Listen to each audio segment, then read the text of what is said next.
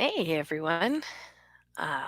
It's Monday, so it's time for my regular talk about author stuff. And I wanted to talk a bit about the cookbook because um, I have not really, I have found it really difficult to work, to work on my cookbook while my grandson is here. And then after he leaves, I've been running around doing dishes and laundry and it's I have not made the time, and I've found it difficult to kind of make it work. So I'm assuming that there are some of you out there who are having many of the same issues as I am, and it's okay. um, I'm actually not sure what the status is of Kindle Direct Publishing and whether or not things are actually going to go out at regular times this year or not. I'll be honest, the cookbook has kind of taken a little bit of a backseat to some of the real life stuff that's been going down. But that said, um, I had a very quiet weekend, and there was a good hour and a half, 2 hour period where I got some really awesome work done on the cookbook, and it felt so good. Being able to sit in the quiet and stare out the porch door at birds on the bird feeder and the squirrels doing interpretive dance and Chippendale scurrying back and forth with cheeks that looked like mine after my breakfast this morning. It was so helpful. um, but I wanted to say somebody out there put up a thing on my Facebook feed that said, on Monday you should clean your bedroom, do the sheets, dust, and on Tuesday you should clean your kitchen floor, and on Wednesday you should. And there's a huge list of things to do every day of the week. And I'm like, look, people, my children are still alive. I have not used duct tape or barbed wire. Everybody is actually doing their own thing fairly well this morning, and I totally ate meringue pie for lunch. I'm calling today a win. I don't really, see a downside to this. If that's all you get done, please be gentle with yourself. There's a lot going on right now, and everybody's stressed. It's okay to be stressed. Give yourself permission. If you have to go in the bathroom and get in the shower and have a good cry, go for it. I can't say I haven't done that in the past week. Sometimes it's just cathartic. Um, right now, we're gearing up for a last ditch snowstorm. Knock on wood that it's a last ditch. There was a lot of snow earlier, and then it stopped, and I'm assuming it's going to start up again. They said by 4 today, but then we've got 40 and 50 and 60-degree weather coming up in the next few days, in the next week. It's not going to be here for long, and it's not worth panicking over. And really, if you're not an essential worker, where do you have to be right now? I think it's great. The people who need to be out there won't have to fight traffic on shitty roads while the rest of us are at home. So, tough as it is, maybe it's a bit of a win. So, cookbook. Where am I on the cookbook? Well, I am at about the 170 page mark on the first go through edit out of 219 pages. And that includes the bibliography, which really doesn't need editing because it's generated sort of as I go through. So I think there's probably like 200 pages of actual text total. And then 19 of it is like footnotes and bibliography and things like that. So we're pretty close to the finish line on that first edit. But see this? That's full of all sorts of notes. I'm not showing you what's on it, of course, because, it's that whole secret author thing. But I have tons of notes, like include an additional chapter on yada yada. Mention that you can get even heat with hardwood. Add a second chapter about yada yada. Note how to render fat. And a bunch of skills like that. So there's all sorts of things that have to, upon reading the book, I realized that some people might not have experience with either using the item that I'm asking about or using the cookware or using the cooking method. So, yeah, I'm actually using one of my kids' He's autistic, and I'm using him as the test for this. If he understands the recipes, then I will put them out. And the reason for that is because he's very methodical. So if he follows the instructions and he gets it, then it should be pretty much followable by most people. And I'm thinking that's probably a good thing. So I'm making no assumptions on the cooking ability of anyone reading my book. I am actively working with the assumption that if you've picked up my book and you're nothing but a history nerd, and the closest you've been to cooking is, you know, making grilled cheese with an iron in your dorm room, then you should still be able to cook from this book.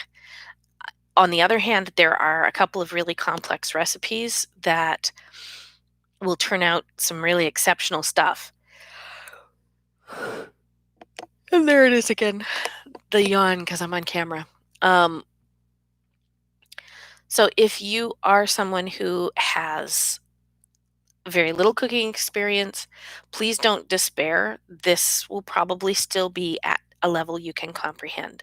I'm working very hard to make the vast majority of this cookbook simple for anyone to be able to cook the meals they're in a kitchen.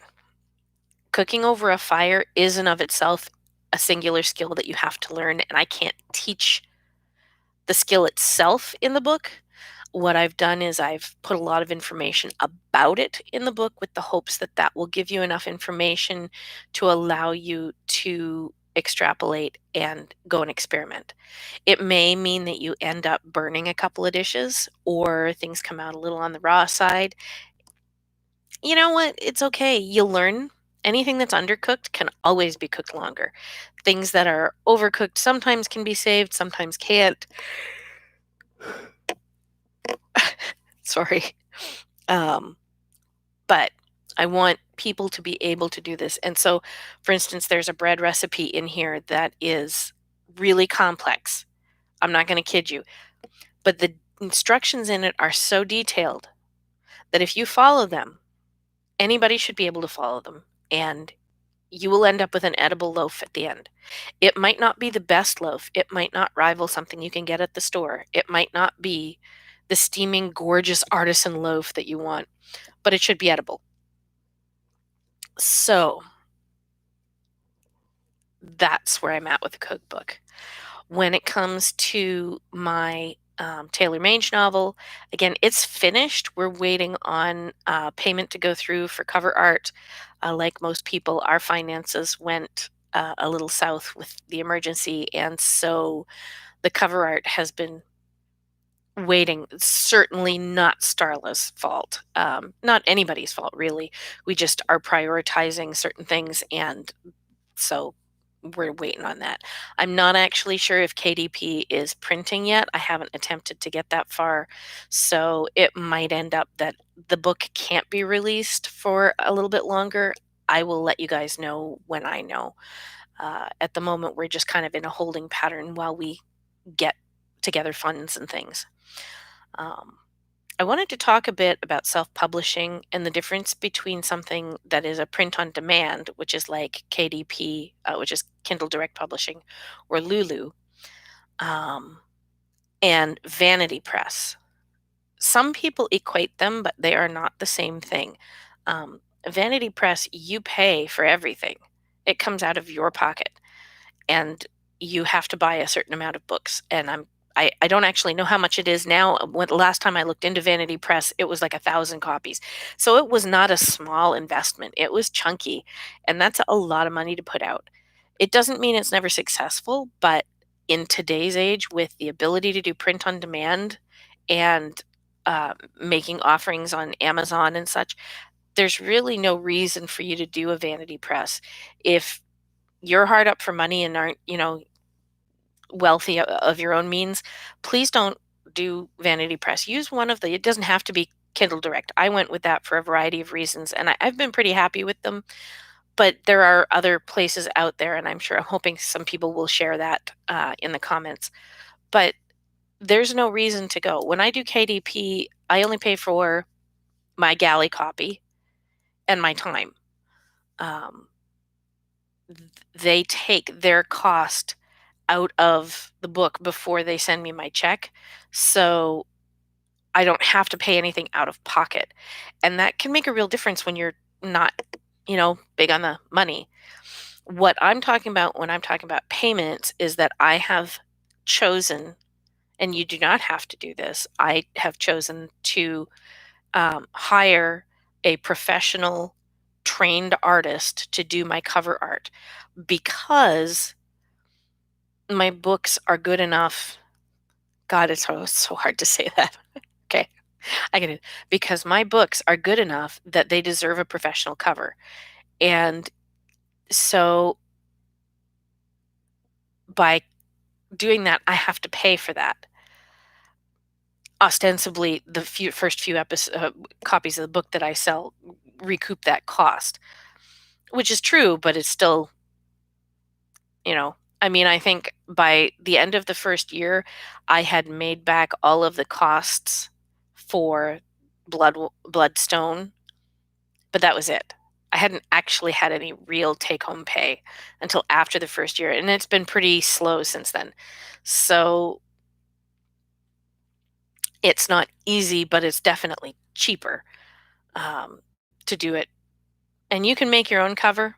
There are lots of ways to do it. Um, the instructions on the KDP site, and I'm sure on the other ones, are pretty good, but I'm an author. Graphics are not my thing. I loved my first cover, and every person I know who's in the industry was like, "Sure, Allie, it's really pretty. You should get a professional person to do this." And so I did. You know. And I'm glad I did. Starla gave uh, a smile and a face and a body to Alexandra, and that makes me really happy.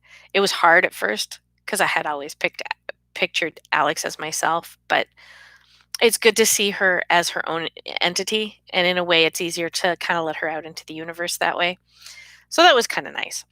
Um, I am actually designing the cover of the cookbook, but I'm doing it with the help of some people who are better at this than I am. So I'm not doing it on my own. And I think in a lot of ways, the covers of cookbooks are not as big a deal as it is for a fictional book. I don't know about any of you, but I often will look at a cover of a fictional novel and try and decide what's inside based on that and the back blurb. It's not the most effective way to do it, but it is, according to the experts, the way most people do it. So that's not necessarily true when it comes to cookbooks. So I think it's less important. And so I won't have that expenditure when I do the cookbook myself. It looks like the cookbook's going to run in about 25 bucks, maybe 30 at the outside. It's going to be in a slightly larger format than the fictional books. So it'll be a bit chunkier for your hands, which is easier to read for cooking purposes. It should sit nicely in a cookbook rack. the There will be illustrations inside and some, maybe one or two black and white color photos, but for the most part, the only images are going to be really on the outside and a few things here and there. I managed to get a hold of some um, public domain, free for use woodcuts. And so I will be using those in the book, which I think was kind of exciting because some of them are of period sketches of kitchen utensils and things like that. So they kind of highlight some of the things that I'm trying to teach people about what was used during the Middle Ages and what it looked like. Some of the tools that were used back then are really kind of weird when you think of them because they're not used in our kitchens today. Um, it's not a great example, but a mortar and pestle, for instance, isn't something we have food processors. We don't need mortars and pestle unless you're like me and like to hand grind your spices, and so I have some. But there's a whole list of different items. Like you guys probably don't know what. Well, some of you will because you know me. But a spider was something that was used to. It's like a pan with legs on it, so that you can cook meat or use it like a griddle or like a frying pan, but pull coals underneath it to make it hot or put it over the fire. Um, without needing a rack. And so that's something that's kind of obscure. A coal puller, okay, was is this long cast iron stick with a hook at the end that you use to pull the coals from the fire in underneath your cooking items.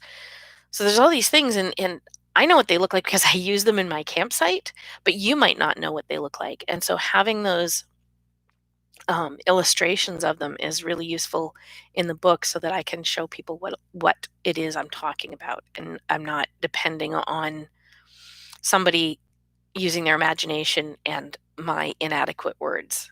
Because let's be honest, when you're describing obscure tools from the Middle Ages, all words are inadequate. um, what else? I think that's about it today. It's not too bad of a day. I'm hoping to get some stuff in. The grandson went down for his nap really well, so I'm going to actually trip off and do some more editing, which I'm very excited about because I felt so good on Saturday getting done what I did, and I'm hoping to get more done this weekend, like this weekend coming up as well. So we'll see what happens. I hope you guys have had an okay week. Like I said before, if you're feeling lonely or alone, please reach out. Maybe I can't see you face to face, but we can talk. I have a Google Meet room that I can have more than one person in. I don't mind getting together a little group chat so people can come and say hi. Whatever floats your boat. I'm happy with being social. So I love you guys, and I will see you probably later this week. I don't know if I'll do a video every day or not. It depends on a bunch of things. But Monday is about writing, and that's what we've talked about. I feel good about that. So I love you guys. Don't forget to subscribe, okay? And don't hesitate to pass this on to other people. I have no problems with that. If you think somebody will learn something from it, share it along. Bye, and I'll see you whenever.